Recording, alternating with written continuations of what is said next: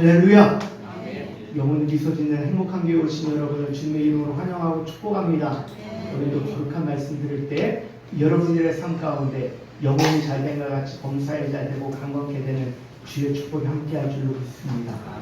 우리 삶을 바꾸는 거룩한 습관 세 번째 시간입니다.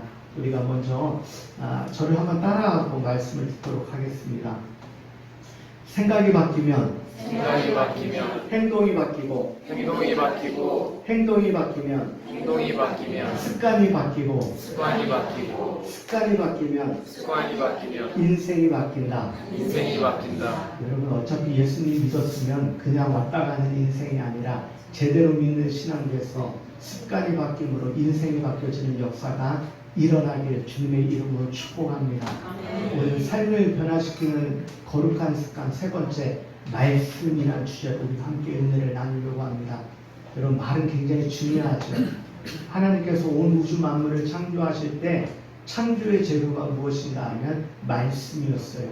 빛이 있으라 말씀하실 때 빛이 있어지는 이 창조의 재료 말은 굉장히 중요합니다. 그런데 오늘은 말에 대해서 함께 은혜를 나눌 텐데 그 말에 대한 본질이 무엇인가? 정말 우리가 말하는 우리가 입술로 내뱉는 말이 아니라 정말 오늘 요한복음 1장에서 말씀이 하나님이시라고 그러는데 정말 그 말씀이 무엇인가를 우리 함께 은혜를 나누려고 합니다. 우리 1절 말씀을 읽어보면 태초에 말씀이 계시니라 이 말씀이 하나님이 함께 계셨으니 이 말씀이 곧 하나님이시라. 태초에 무엇이 계셨는가 하면 말씀이 계셨는데 이 말씀이 하나님과 함께 계셨다. 그런데 이 말씀이 곧 누구인가 보았더니 이 말씀이 하나님이셨다. 성경 처음에 시작할 때 태초에라고 시작되는 성경 권수가 3번 있습니다. 우리가 잘 아는 태초에 하나님이 천지를 창조하시니라. 창세기 1장 1절에 태초에가 처음 시작되고요. 오늘 본문의 요한복음 1장 1절 말씀 태초에 이 말씀이 계시니라. 이 태초 그리고 또 한 권이 요한일서 1장 1절 말씀입니다. 제가 읽어보면 태초부터 있는 생명의 말씀에 관하여는 우리가 들은 바요 눈으로 본 바요 자세히 보고 우리의 손으로 만진 바라. 그러면 창세기 1장 1절 요한복음 1장 1절 요한일서 1장 1절 모두가 다 태초로 하나님의 말씀이 시작되는데 조금씩 다릅니다. 의미가 어떻게 다른가? 첫째 창세기 1장 1절의 저자는요 창세기의 저자는 모세입니다. 그러니까 모세가 창세기를 지으면서 쓰면서 태초로 말했던 이 태초의 의미가 다르고 요한복음 1장 1절하고 요한일서 1장 1절은 모두가 다 오늘 본문의 저자인 사도 요한이 이 성경 말씀을 쓰게 되는데 여기 태초의 의미가 조금 달라요. 창세기 1장 1절의 태초는 이 히브리어로 보면 베네시트입니다. 이 베네시트는 무엇이냐 하면 인간의 역사의 온 우주의 역사의 시작점을 말씀하고 있어요. 온 우주의 역사가 언제 시작되었는가? 어떤 사람은 작게는 4,000년 되었다. 어떤 과학자들은 60억 년, 70억 년 되었다.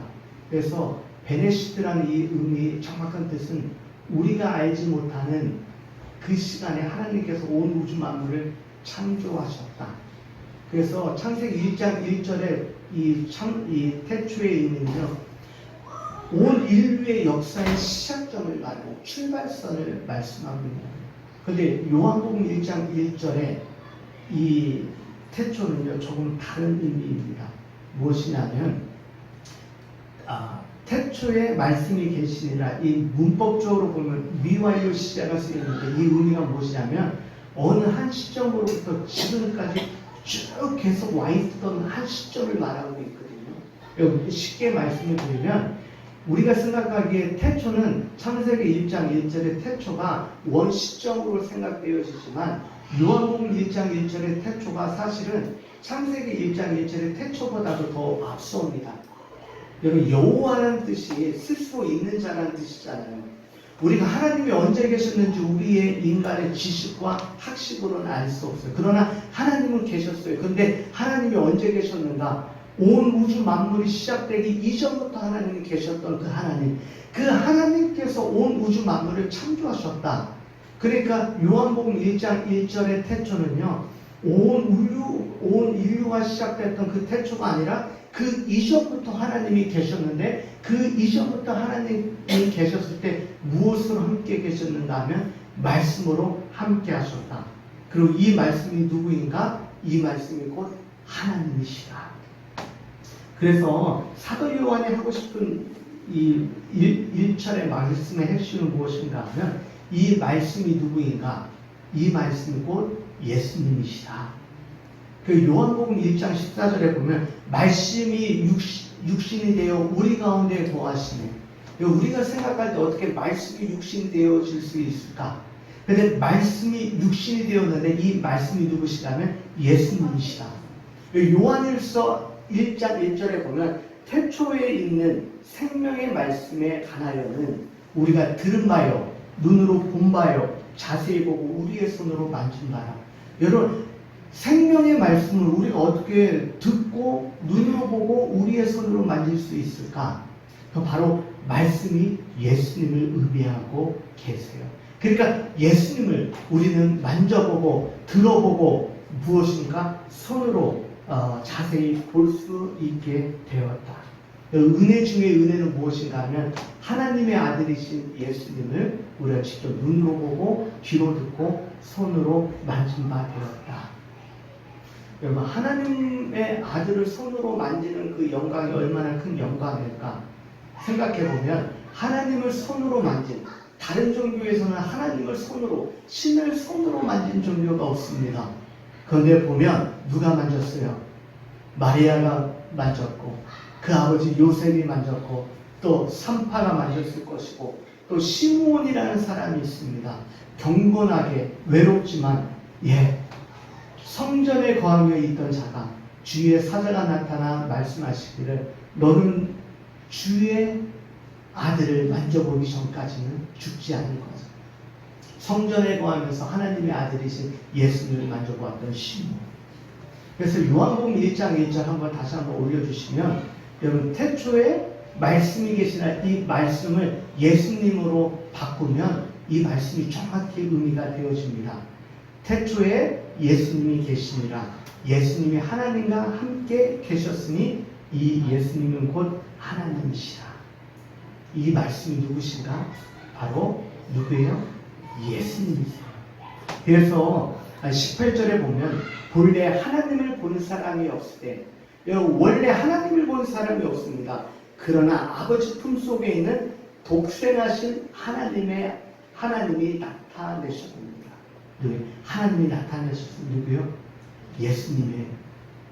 요한복음을 쓴 목적이 있습니다. 자막을 올려주시면 20장 31절의 말씀입니다. 오직 이것을 기록함은 너희로 예수께서 하나님의 아들 그리스도를 믿게 하려 하며 또 너희로 믿고 그 이름을 힘입어 생명을 얻게 하려 함이니라. 여러분, 왜 요한복음을 썼는가? 여러분, 바로 예수께서 하나님의 아들 그리스도이심을 믿게 하려 하고 그분 안에 있는 생명을 믿게 하기 위해서 이 글을 썼다, 그렇게 고백합니다. 그런데 우리의 정서에 보면 요한복음 1장 1절에 말씀이 하나님이셨다, 이 말씀이 잘 와닿지 않아요. 왜 그런가 하면 이 요한복음은 당시에 헬라스 사람들을 위해서 쓴 복음서이기 때문에 말씀이 하나님이셨다, 우리에게는 가슴에 와닿지 않지만 헬라스 사람들, 지금 이 요한복음을 읽고 있는 헬라 세계에 있어서는요, 말씀이 곧 하나님이셨다, 이 말씀이요 굉장히 정확하고 이 미닝이 가슴 가운데 확 들어오는 의미가 이 안에 담겨져 있습니다. 원래 이 말씀이 우리가 보았을 때 로고스라고 말하는데, 이 로고스가 원래 말씀이에요. 이 이야기, 설명 이런 뜻이 담겨져 있지만 원래 헬라 사람들에게 있어서 이 로고스의 의미는 무엇이냐면 만물의 근원입니다.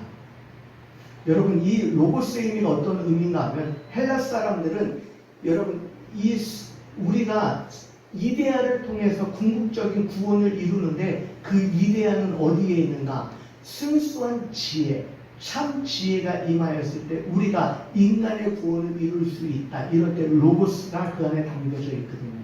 그러니까 구원을 이루는, 참 지혜를 통해서 구원을 이루는 그 구원이 무엇인가? 바로 예수 그리스도라는 거예요. 예수님이 참 지혜시고 예수님이 참 구원이심을 우리에게 말씀하고 계십니다. 그래서 요한복음 1장 12절에 보면 영접하는 자 곧 그 이름을 믿는 자들에게 하나님의 자녀가 되는 권세를 주셨으니, 영접하는 자, 예수님을 믿는 자들에게 두 가지 특권을 주셨어요. 첫 번째는 하나님의 자녀가 되고, 두 번째는 하나님의 자녀가 되는 권세를 허락해 주셨습니다.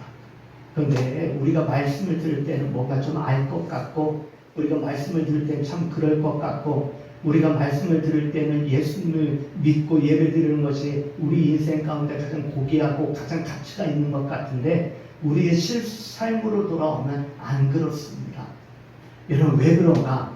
세상 사람들이 이야기하기를 세상 사회가 왜 이렇게 힘들까?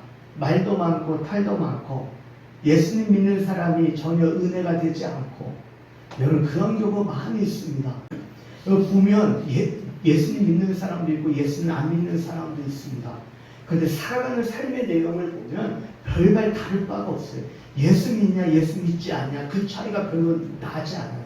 오히려 어떤 경우에는 예수님 믿는 사람이라고 이야기 안 하는 게 나을 뻔한데, 나는 예수님 믿는 사람이고 나는 하나님 앞에 나아가 예배 드리는 사람이라고 그러는데, 예배를 드리면 변화가 되어야 되고 영적 변화가 일어나야 되는데 옛사람 그대로 가지고 살아가는 사람 얼마나 많이 있는지 모릅니다.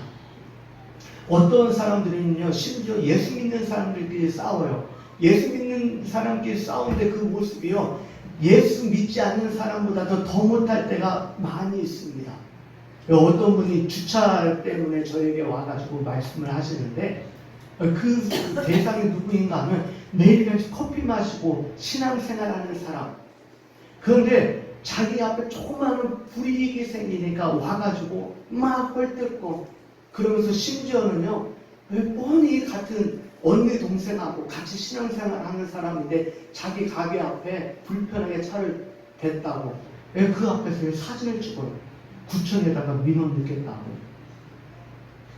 여러분, 그 언니 동생이라고 하지 말아야지. 매일같이 차를 마시면서 그렇게 힘이 낙낙거리는데 조그만 자기 이익 앞에 불이익이 있다고 그거 하나도 참고 구청에다 민원 넣겠다고. 그러면 그 이야기 들은 사람이 와가지고 세상에 어떻게 그럴 수 있냐고. 그분도 믿는 사람. 욕이란 욕은 그렇게 다 해놓고, 여러분 일주일 지나면 어떻게 되는지 알아요? 또 같이 참아주고 힘이 낙낙거리고. 여러분 예수님 믿어도요, 여러분 신앙생활 제대로 하시고, 여러분 예수님 믿으면 예수님 제대로 믿고 신앙생활하길 주님의 이름을 축복합니다. 우리는 다 예수님 만났다고 하는데요, 제가 보기에 예수님 못 만난 사람이 거의 많아요. 정말 자기는 신앙생활 잘한다고 하는데 제가 보기에는 고쳐야 될 게 너무나 많습니다.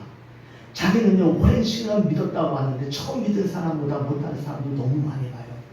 오늘 요한복음의 저자인 사도 요한이 우리에게 말씀하는 게 바로 그거예요. 너희가 예수님을 믿었냐? 제대로 믿었으면, 여러분 예수님 믿는 게 그렇게 쉽냐? 요한복음 1장 12절에 영접하는 자, 영접했니? 영접해서 하나님의 자녀가 되고 그 권세를 누르겠냐? 천만의 말씀이라는 거예요. 그것은 오늘 4절부터 11절에 우리에게 경고하고 있는 사도 요한의 메시지가 있습니다. 여러분 요한복음 1장 4절부터 11절까지 읽어보면요, 두 가지의 흐름이 있어요. 무엇인가 하면 왔다. 그런데 한쪽은 오지 않았다. 비추었다. 뭘 비춰? 전혀 비치지 않았다.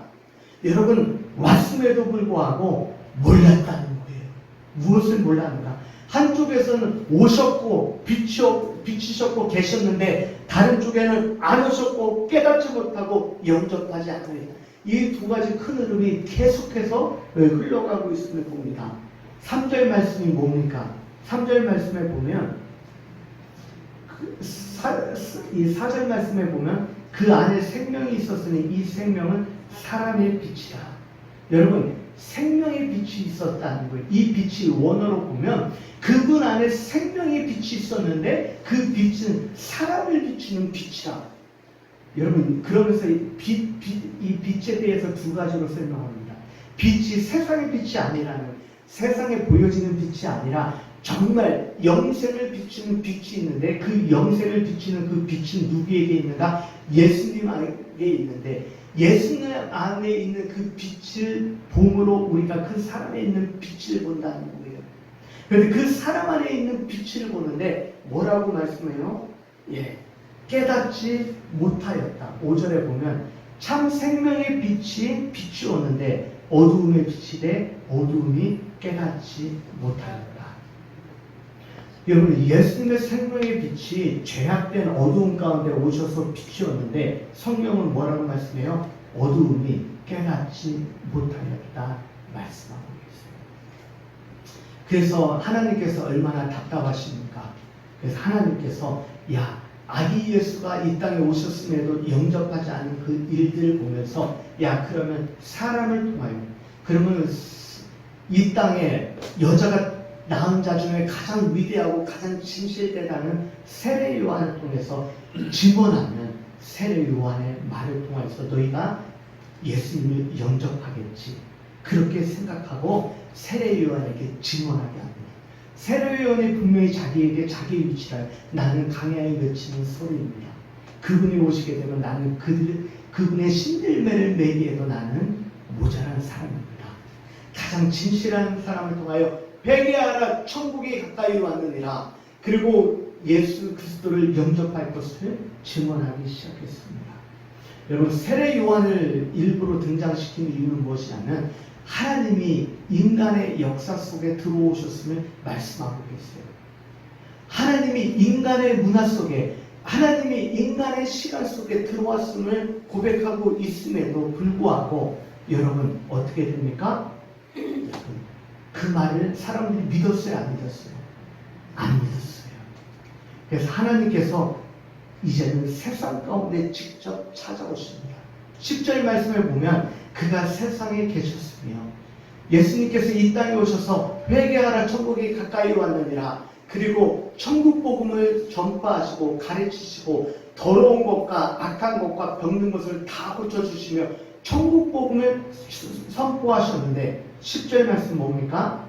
그가 세상에 계셨으며 세상은 그로 말미암아 지은 바 되셨을 때 세상이 그를 알지 못하였고 그래서 예수님을 십자가에 못 박혀 죽게 하는 일을 사람이 만듭니다. 하나님이 답답하신 거예요. 이 땅에 오셨으며 사람을 통해서도 못 믿고 예수님께서 직접 이 땅에 육신으로 오셨는데도 믿지 못하고 그래서 예수님이 결심하신 것이 있습니다. 다른 사람이 다 나를 외면하고 다른 사람들이 다 몰라주고 다 괜찮다. 그러나 선민 이스라엘은 나를 알겠지. 그래서 선민 이스라엘을 선택하셔서 11절에 보면 자기 땅에 오매 여기서 자기 땅이 어디예요? 이스라엘 땅에 오매 여러분 이스라엘 백성들이 예수님을 영접했습니까? 영접하지 않았습니까? 11절에 보면 자기 땅에 오매 자기 백성이 영접하지 아니하였느니라.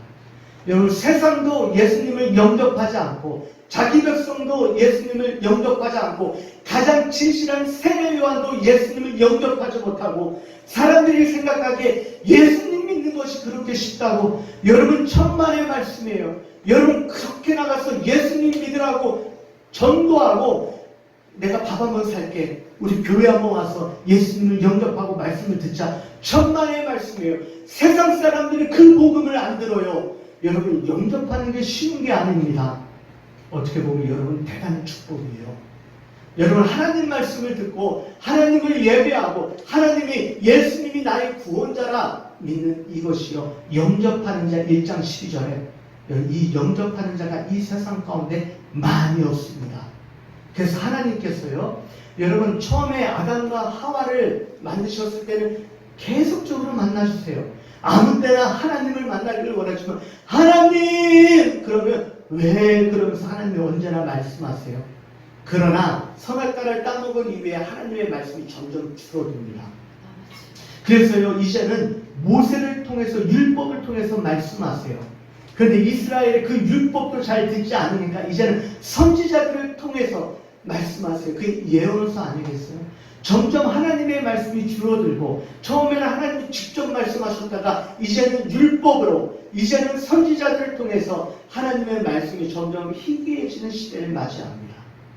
그리고 나중에 말라기에서부터요, 마태복음까지 350년, 우리가 건수로 보면 구약 말라기 끝나고 신약 성경 마태복음 읽으니까 이게 바로 연결되는지 아는데요. 그 시대, 그 중간기를 묵시 시대라고 합니다. 이 묵시는 무엇이냐면 하나님의 말씀이 더 이상 선포되지 않는 시대, 하나님의 말씀을 듣고 싶어도 더 이상 말씀하지 않는 시대가 350년이라는 시간이, 그래서 그 시간이 묵시입니다. 그래서 적어도 300년 이상의 시간이 흘린 이후에 비로소 하나님께서 이제 육신의 모습으로 찾아오십니다. 그래서 영접하는 자, 예수님을 나의 구원자로 믿는 자, 그들에게는 하나님의 자녀가 됩니다. 그래서 예언서 시대에는요, 중요한 사상이 무엇이냐면 남은 자 사상입니다. 남은 자 사상이 뭐예요? 모든 사람들이 다 하나님을 떠나가요. 포로로 잡혀가요. 이스라엘 완전히 패망합니다. 포로로 끌려간 그 시대에 하나님이 어디에 있습니까? 그런데 예언자들은 말씀하세요. 하나님은 그리스도를 통해서도 하나님의 놀라운 역사를 회복하시고 이루신다. 남은 자들을 통하여 거룩한 하나님을 이끌어 가시다. 오늘 이 시대에 수많은 사람들이 있습니다. 그런데 이 시대와 이 민족과 이 역사를 누구를 통해서 이끌어 가십니까? 남은 자들을 통하여 영접하는 자, 그들이 비록 적은 자일지라도 예수님이 우리의 구원자이심을 믿고 그분의 나라를 꿈꾸며 나아가는 그 사람을 통해서, 여러분, 이 세상 온 우주 만물을 누가 이끌어 가는가? 누구를 통해서 움직여 가시는가? 남은 자들을 통하여, 영접하는 자들을 통하여 이래온 우주 역사를 오늘도 다스리시고 통치하시는 하나님의 거룩한 은혜가 일어나는 줄로 믿습니다. 아멘. 여러분, 예수님 영접하는 게 쉬운 일이 아니에요. 사도 요한이 고백하고 있어요. 세상 사람들도 다 거부했다. 자기 백성도 다 거부했다. 가장 진실한 세례 요한을 통해서 내가 이야기했건만 다 거부했다. 여러분, 영접하는 자가 될 때, 하나님의 자녀가 될 때 주시는 하나님의 놀라운 특권이 있습니다. 우리 14절 말씀 읽어보면 말씀이 육신이 되어, 말씀이 육신이 되었다는 건 뭐예요? 말씀이, 예수님이 육신이 되어 이 땅 가운데 거하시며 우리가 그의 영광을 보니, 우리가 누구의 영광을 봐요? 그의 영광을 봅니다.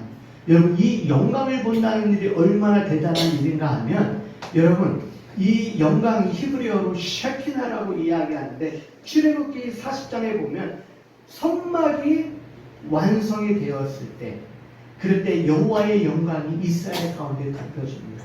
여러분, 원래 여호와의 영광, 하나님의 영광을 제대로 본 사람이 없어요. 모세도 제대로 보지 못했습니다. 그런데 모세가 하나님의 영광을 보고 십계명의 돌판을 다시 가지고 두 번째 내려왔을 때 사람들이 하나님의 영광을 바라보았습니다.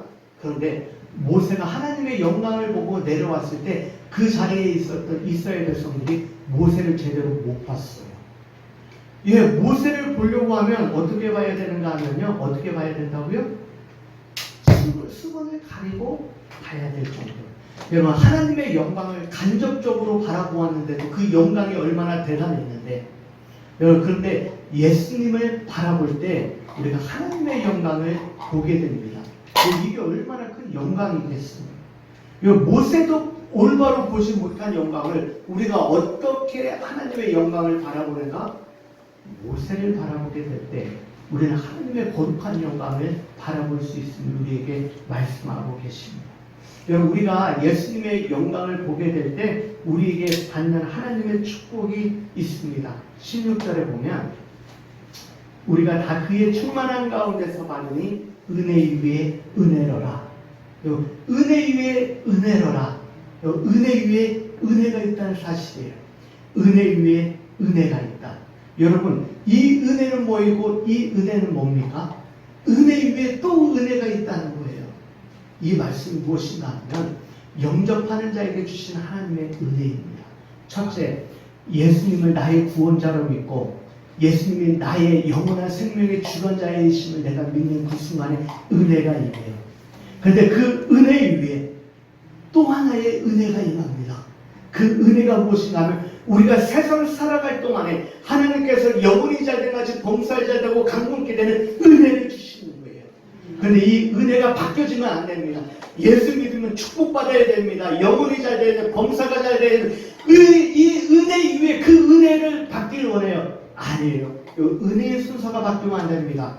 예수님이 나를 구원하신 그 은혜 위에 또 하나의 은혜, 이 땅에 살아갈 동안에 주시는 모든 은혜가 있음을 믿고 믿음 가운데 나아갈 때 우리가요 그 믿음을 통하여 그 은혜를 통하여 우리가 힘있게 되는 하나님의 거룩한 은혜가 일어날 줄로 믿습니다. 여러분, 세상 은혜를 구하면 세상 은혜 것을 오래가지 못합니다. 여러분, 세상 은혜 가운데 여러분 100년을 가고 200년을 가고 영원이라는 것은 아무도 없습니다. 해가 지지 않는 여러분 대영제국 영국도 100년의 영광을 가지 못했습니다. 여러분, 이 세상의 역사 가운데 결코 오래갈 수 있는 은혜는 없습니다. 세상에 가져다주는 은혜는 결코 완전한 보장이 되지 않습니다. 그러나 예수님의 십자가의 반석 위에 예수 그리스도의 구원과 예수 그리스도의 생명 위에 새겨진 그 은혜 위에 받는 그 은혜는 영원한 하나님의 은혜가 임하여질 줄로 믿습니다. 오늘 우리에게 이 은혜 위에 은혜가 되는 예수님이 육신이 되어 영광을 보게 되는 그 영광 가운데 은혜 위에 은혜를 더하시는 축복이 있기를 주님의 이름으로 축복합니다.